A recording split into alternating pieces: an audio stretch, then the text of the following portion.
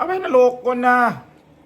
Claire Castro ba, itong spokesperson sa Malacanang, yung taga-depensa kay Bongbong Marcos na tinawag ng attack dog o kaya pitbull nitong sa Philippine Star na si Ami Pamintuan. In-interview siya at talagang harap-harapan sa interview ni Ami Pamintuan na attack dog ka ng Malacanang ni Bongbong Marcos at saka pitbull. Pitbull, parang may harong pang-aasar pa. At so, ang reaksyon ni Claire Castro, parang natutuwa pa siya.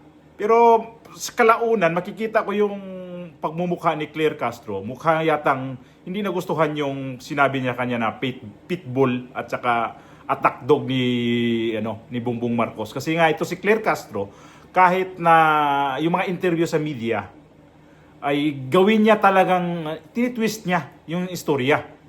At pinagtatawanan to siya ngayon. At laging pag may mga to siya sa press con sa Malacanang, laging inaabangan din itong reporter ng Net25 itong si Eden Santos.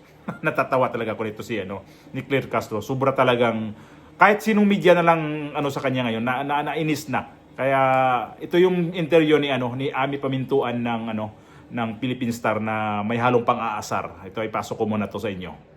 You are actually being compared to Harry Roque ngayon eh. Ikaw daw yung attack dog ng Marcos administration. Pitbull daw of the Marcos administration. Ano yung masasabi niyo sa ganon? You are being actually linked dito sa pagbabagong to. Simula daw nung na-recruit kayo, mukhang naging palaban yung gobyerno, no? Merong ganong mga perception ba yon o talagang meron bang active order sa'yo na kailangan bumanat ka? Actually, you are actually being compared to Harry Roque ngayon eh. Ikaw daw yung attack dog ng Marcos administration. Pitbull daw of the Marcos administration. Ano yung masasabi niyo sa ganon? Oo. At actually, wala pong direktiba sa akin kung paano dapat ako sumagot. At nagkataon lang po siguro ako yung nakuha press officer. At wala pong inutos kung paano ko sasagutin ng mga tanong. Kasi yung mga tanong naman po dumadating lang na dyan eh. Siguro nagkataon po na ito ako, si Attorney Claire. Kasi sabi ko nga, hindi naman lingid sa kaalaman, tayo po ay trial lawyer. Bago po ako pumasok dito, trial lawyer tayo. May naiwanan akong mga kaso because of this job. Siguro yung ibang mga nakasama ko sa korte, makikita nila at sabi nila kung sino ba si Attorney Claire sa korte. Ganun lang po talaga. Linawin ko lang. Kasi for the longest time, walang spokesperson si BBM. Sabi nga nila, kayang-kaya niya man na mag-field ng mga question. Pero ngayon, you are being perceived as the spokesperson, although yung official designation niya, of course, is press officer, na syempre, nagbe-briefing kayo. Spokesperson ba kayo? Can we accurately describe you as a spokesperson? Hindi ko po rin masasabing spokesperson ako, Ami. Kasi, sabi nga natin, yung opisina po kasi ng presidential spokesperson, na-abolish yan eh. Wala siya eh. So, saka yung buri ng bilin ng Pangulo na he will be speaking for himself. Hindi pa nga lang po nagaganap yung monthly na press ko. Siguro po dahil nga busy po. Marami po talagang activities ang Pangulo. Isama na rin po natin itong darating na eleksyon. Pero yan po ang pangako ng Pangulo na magkakaroon po siya monthly ng press con. At ang media po mismo ang magtatanong sa kanya. Kaya hindi ko po makukonsider yung sarili ko na spokesperson, na presidential spokesperson. Well, walang spokesperson, pero yung meron kayong, of course, yung Presidential Communications Office na nasa pang-apat na secretary simula nung umupo si President Marcos. Bakit kaya medyo malakas yung that's 4 in 3 years Bakit kaya medyo malakas yung turnover ng secretary, ng team sa PCO? Hindi ko po alam, Ma'am Ami. Hindi ko nasundan yung kwento nila. Hindi ko po alam. Basta po ako, nung nagkausap lang po kami, February na po. Ito lang, kasi siguro mga 1.5 weeks pagkakausap sa akin, nag-oath na kami. So, hindi ko po alam yung history ng iba. Ang sabi ni Cesar Chavez, he fell short daw of expectations. Wala namang sinabi sa inyo sa team ninyo ni Jay Ruiz, pagpasok nyo sa Malacanang na ayaw namin ng ganyang, ang perception parang hindi yata nadidepensahan mabuti. No? I'm not sure if that's fair to Cesar Chavez, pero yun ang sinasabi ng ibang tao na hindi masyadong nadidepensahan si President Marcos at parang naghahanap daw ng medyo kapareho actually ni Harry Roque na yun na nga palaban. What's the question? Nakiki-argue ka, walang question, no? So my question, sir, is Go ahead.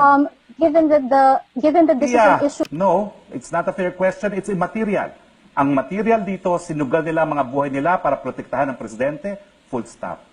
That's their business. Okay? Meron bang ganong instruction sa inyo when you came into Malacanang na medyo tapang-tapangan nyo naman yung pagdepensa kay President Marcos? Hindi po. Wala talaga. Wala pong dumating sa amin na ganyang kwento. Di ko alam kung sino po yung nagkaroon ng theory na ganyan. Pero nung dumating po kasi ako, ang pinakiusap lang po talaga sa akin ng Pangulo ay ma-eradicate, although it's impossible to eradicate. Siguro ma-lessen or yung fake news ay maitama. Kasi yun po yung dumadami ngayon eh. Yung mga fake news peddlers, nakita naman po natin sa hearing ng TRICOM, ang dami-dami pong nababanggit na sinasabing fake news peddlers. Pati po yung Rappler, nagbigay na rin po ng mga pangalan na di umano na fake news peddlers at mga maraming disinformation. Siguro doon lang po kasi nagkaroon ng parang naging issue kay Pangulo dahil syempre po hindi na po nakikita kung ano yung nangyayari sa bansa. Hindi na po nakikita yung good news, hindi na po nakikita yung nagiging trabaho ng gobyerno at hindi na nai-spread sa taong bayan. Ano ba yung pwede pa nila makuha ang benepisyo? Nakikita po kasi namin sa ibang mga survey na yung iba pala na mga benefits ng tao, hindi unaware. Ang daming unaware. So yun lang po yung pinatutukan ng Pangulo sa amin na kung pwede, yung kung fake news, masagot ng tama at ipahati sa taong bayan ano yung benepisyo makukuha nila sa gobyerno. Kasi hindi po talaga ito nakikita dahil nasasapawan po ng mga fake news na mga paninira sa gobyerno. So, yun po yung medyo malungkot na sitwasyon. Nagpaliwanag siya. Kasi nga, di ba naman pala to siya, spokesperson talaga ang papel niya dyan. Parang yung naghahanap lang talaga itong Malacanang na parang ididipinsa itong si Bongbong Marcos. Yan ang gusto pala itong sa Malacanang. Pero ayaw niya aminin. Di daw yun. Kailangan lang mag-release daw yung Malacanang ng mga yung mga tawag niyan, yung hindi nakikita sa mga tao. Kasi marami daw ginawa nitong administrasyon na to na hindi daw nakikita sa mga tao. Natapalan, yan ang sabi niya, di ba? Paano natapalan na wala naman talagang ginagawa? May ginagawa man siguro, kaya lang, hindi naman ganun ka-importante. Yun lang clear. Wag mo na kasing masyadong kung sip-sip sa Malacanang eh. Sa pagsip-sip mo ngayon, ayan natuloy. Napagsabihan ka tuloy ng attack dog ka ngayon at saka pitbull ka ngayon sa mga media. Itong ang Philippine Star, malaking yan taga-balita, dyaryo yan. Malaking dyaryo yan eh, yung Philippine Star. Ngayon, matawa ka sa reaksyon ng yung Ami Pamintuan na nag-interview sa kanya. May pitbull. Para nakakaasar, nang aasar. Ganun yun. Kaya ito si Claire Castro, sa halip na sumagot ng mga tanong, siya pa yung nagtatanong sa mga media. Kung halimbawa, ang mga media ay talagang sapul talaga ang Malacanang sa mga tinatanong ng mga media, babalik yan sa magtanong. Kagaya nitong ni Eden Santos ng Net25 na tungkol ho to sa hair follicle ng Pangulong Bongbong Marcos kung bakit ayaw magpa-drug test nga. At sinagot niya to, kung sino bang nga niya, talagang inaatake talaga niya itong media ng Net25. At ilang tanong to ng Net25 na media na to, itong si Eden Santos, ilang tanong to na talagang sapul na sapul, itong si Claire Castro at itong Malacanang. Ito yung tanong niya, siguro napanood niyo to, viral to eh, itong hair follicle na to ni Bongbong Marcos na ayaw talaga magpapag hair follicle tong si Bongbong na to. Ito yung interview ni Eden Santos ng Net25. Eden Santos, Net25. Good morning po, Yusek. Balikan ko lang po yun dun sa di umano'y pulveron na video ni Pangulong Marcos. Sabi niyo po kanina ay naimbestigahan na yan, pero biglang iimbestigahan pa ng DOJ at NBI.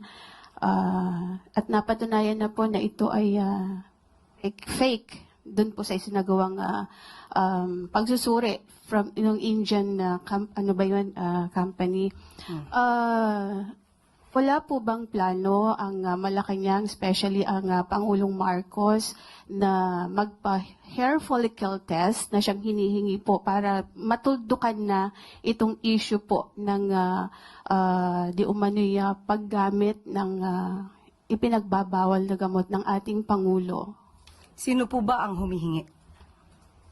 Marami po sa ating mga kababayan ang sa social media na nagre-react dito po sa ipinapalabas na video na ito. Actually, parang na-die down na po ito before dahil nga sasabi nga na Malacanang it's a fake. Pero biglang nabuhay after po nung ginagawang investigasyon mismo ng Kongreso, ng Kamara. Kaya po muling lumabas itong video na ito. And sabi nga po nung vlogger na si Miss Pebbles Cunanan, ay si Attorney Harry Roque, yung mastermind nitong video. Pero inamin naman ni Miss Maharlika, yung another vlogger, na parang siya yung nagbigay lang kay Attorney Roque. Kaya ang tanong ko po, sabi niya sa social media hinihingi. Sino po in particular ang mga masasabi niyo sa akin na humihingi ng ganitong klaseng pag-test? Ang atin pong mga kababayan Sino na po in Madam particular? Yusek, Na kung pwede napanood po niyo po, sigurong ikaw na po ba? Sige po. Kayo po ang humihingi? Okay. Pero po masabi lang ninyo na mayroong humihingi. Pero marami po sa social media So, po kayo ay nagbabasa po sa SOCMED, Madam So, Yusek. isa ka nga sa humihingi. Kasi po gusto Sige, niyo tanong ko nga, isa ka ba? Kasi we have to be specific on this. Isa ka ba sa humihingi? ang mga kababayan po natin. So, isa ka sa humihingi. Actually, I'm a journalist. Hindi Yes, nga, naman po tanong ko ako humihingi. Pero parang gusto ninyo na meron lang kayong Basihan. basihan. Sino nga po? Kasi sabi niyo po kanina, ay napanood yun niya ata sa social Opo, media. Madam Sino po? Yusek, syempre kami po ay mga Pilipino rin. As a journalist, gusto po namin na hindi fake news. Yun pong aming ibabalita sa taong bayan. Okay, so humihingi po. Si Nagdidiman. si Attorney Vic Rodriguez, di ho ba Okay. matagal na rin naman niyang hinihiling niyang hair follicle test. Okay, tanong po natin. Ano po ba ang basihan para sa paghingi at idiman sa Pangulo ang isang hair follicle test? Ito po ba'y may pagbibintang na siya ay di umanong gumagamit ng illegal na droga? Kung may pagbibintang, liliwanagin po natin. Kung may pagbibintang sa Pangulo, yung nagbibintang ang dapat na magpatunay kung may ginagamit man o wala. Hindi po pwedeng gumawa ng kwento, walang basihan, isang guni-guni para masira ang Pangulo, at walang basihan. Kahit saan po na kaso, kung sino yung nagbibintang, siya ang magbigay ng pruweba. Hindi nyo pwedeng sabihin na, ito, gumagamit ka, patunayan mong hindi. Hindi po yon ang tamang logic. Kayo po na nagbibintang, kayong humihingi at nagdidiman sa Pangulo, kayo muna ang magpatunay na mayroon siyang ginagawang mali. Kapag wala po kayong napatunayan, wala po kayong karapatan humingi sa Pangulo ng anuman demand patungkol sa hair follicle test. Sapol na sapol itong si Claire Castro. Sobra kasi talagang at sobra talagang aatake. At ito si Bongbong Marcos na nga, tinanong na nga to sa media, I think Ivan Mayrina pa din ang nagtanong nito sa hair follicle na ayaw niya hair follicle. Yan yung pasok muna yung video niya, yung konting video niya na sumagot siya na, no! In a senatorial debate, Attorney Vic Rodriguez again called on you to undergo a hair follicle test, citing the constitutional principle that public office is a public trust. What do you say to this, Mr. President? No, why should I do that? You don't see What is saying public trust, public office, public has nothing to do with a follicle test, please. na wala namang koleksyon ng sinasabi niya. He's always had that weakness every time when he was still working for me. If he believed in what he was saying, why did he work for me? O di ba? Ayaw niya. Bakit kaya ayaw talaga ng Malacanang na magpa-drug test tong amo nila? Amo nila yan eh. Hindi ko amo yan.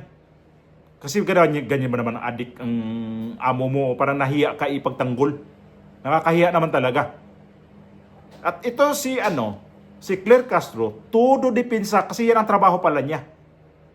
Kasi gusto niya na magiging pig ng Malacanang itong si Harry Roque. Ibig sabihin si Harry Roque noon, dating Pangulong Duterte, mas epektibo yung ginagawa ni Harry Roque. Yung minsan nanunuplak pero hindi naman ganito kagaya kay Claire Castro na ginagawa ni Harry Roque noon. Nakikita ko to si Harry Roque noon ng nag-spokesperson to kay dating Pangulong Duterte, hindi ganun. Hindi ganitong klase kay Claire Castro. Kita naman natin yung sa Net 25 na imbis na siya ang sasagot, siya pa yung nagtatanong. Baliktad na. Kasi ito si Claire Castro, walang to dyan. Kailangan talaga niyang umatake para may talaga ang Pangulo. Kasi nabanggit, di ba, na itong dating si Chavez, yung sa Malacanang, na sa PCO, kaya yung pinalitan dahil nakulangan ang Malacanang sa dipinsa sa presidente na yan. Gusto talaga ng makipagpatayan ka na idipinsa ang Pangulo na yan. Kaya ito na, nakuha nila to si Claire Castro. At mayabang pa ha. At ito, hindi naman, lalong bumagsak itong si Bongbong Marcos dito sa ginagawa ni Claire Castro. Kasi nga, yung mga media dito, ang mga tanong ng mga media, talagang straight to the point na. Hindi na yung ganito, yung pahapyaw-hapyaw, hindi. Talagang diniretso na. Ang daming mga tinatanong ng media na talagang direct talaga sa mga isyo. Kaya lang ito si Claire Castro, hindi sinasagot yan. Kaya masamang ugali to si Claire Castro, abugaga pa naman to si Claire Castro. Kaya lang hindi maganda yung pagka-handle ng kanyang trabaho diyan sa Malacanang. Dapat kasi ang niyan, para kang dapat lang na mayroon din talagang time na madipinsaan mo yung presidente. Pero ang niyan, mangingibabaw pa rin yung parang neutral ka. Kaya lang hindi ito nagawa ni Claire Castro. Talagang aatake at attack. Yun ang trabaho niya. Attack. Yan ang ibig ko sabihin.